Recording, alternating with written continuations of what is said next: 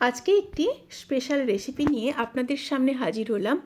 Special কেন বলছি, একবার বানালে অবশ্যই বুঝতে পারবেন।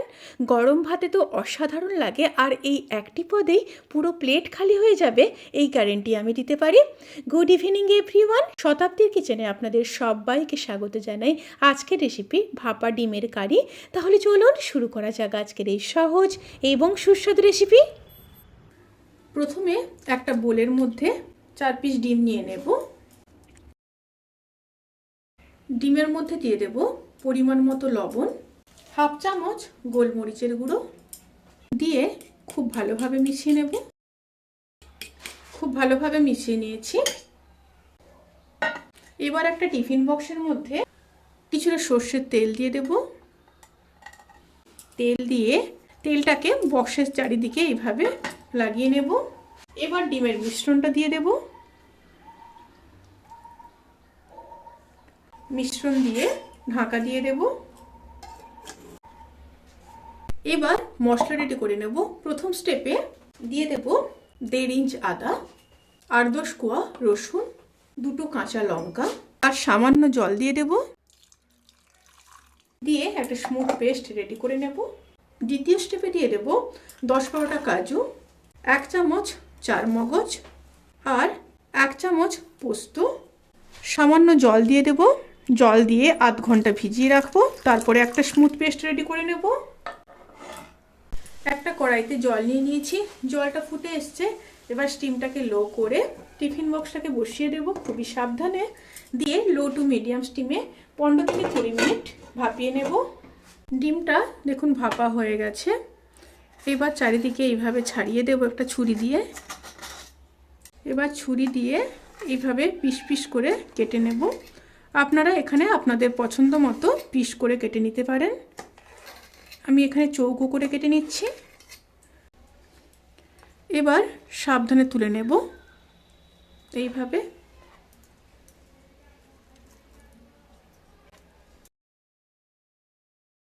এবার পরের স্টেপে যাওয়া যাক। এবার প্যানের মধ্যে সর্ষের তেল দিয়ে দেব। তেল গরম হয়ে গেলে ডিমগুলো ভেজে নেব। একটা সাইড হয়ে গেলে উল্টে দেব।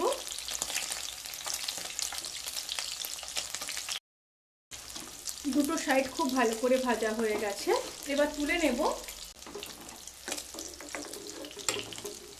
সেই তেলের মধ্যে সেদ্ধ করে রাখা আলুগুলো ভেজে নেব। আলুগুলো ভাজা হয়ে গেছে। আলুগুলোকে এবার তুলে নেব।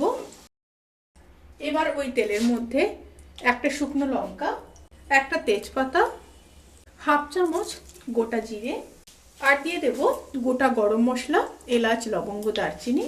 একটু নেড়ে নেব। তেল থেকে যখন সুন্দর একটা স্মেল বেরোতে শুরু করবে, সেই সময় দিয়ে দেব কেটে রাখা 2টো বড় সাইজের পেঁয়াজ। পরিমাণ মতো লবণ দিয়ে দেব। দিয়ে পেঁয়াজগুলোকে হালকা ব্রাউন কালার করে ভেজে নিয়ে তারপর ফিরে আসছি। পেঁয়াজগুলো যখন হালকা ব্রাউন কালার করে ভাজা হয়ে যাবে, তখন দিয়ে দেব একটা ছোট সাইজের কেটে রাখা ক্যাপসিকাম। দিয়ে আবারও একটু নেড়ে নেব। এবার স্টিমটাকে একদম লোতে রেখে দিয়ে দেব আদা, রসুন আর কাঁচা লঙ্কার পেস্ট। দিয়ে লো টু মিডিয়াম স্টিমে খুব ভালোভাবে কষিয়ে নেব। মশলাগুলো যখন খুব ভালোভাবে কষানো হয়ে যাবে, তখন দিয়ে দেব পেস্ট করে রাখা কাজু, চারমগজ আর পোস্ত। সাথে দিয়ে দেব হাফ চামচ কাশ্মীরি লঙ্কার গুঁড়ো, হাফ চামচ হলুদ গুঁড়ো আর দিয়ে দেব মশলা ধোয়া জল। দিয়ে আবারও খুব ভালোভাবে মিশিয়ে নেব। খুব ভালোভাবে মিশিয়ে নিয়েছি। এবার লো টু মিডিয়াম স্টিমে মশলাগুলোকে ভালোভাবে কষিয়ে নিয়ে তারপর ফিরে আসছি। মশলাগুলো খুব ভালোভাবে কষানো হয়ে গেছে। এবার ভেজে রাখা আলুগুলো দিয়ে দেব আর একটা বড় সাইজের কেটে রাখা টমেটো দিয়ে দেব।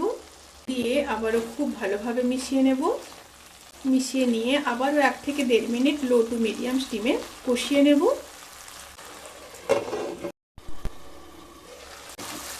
খুব ভালোভাবে কষানো হয়ে গেলে এবার পরিমাণ মতো জল দিয়ে দেব।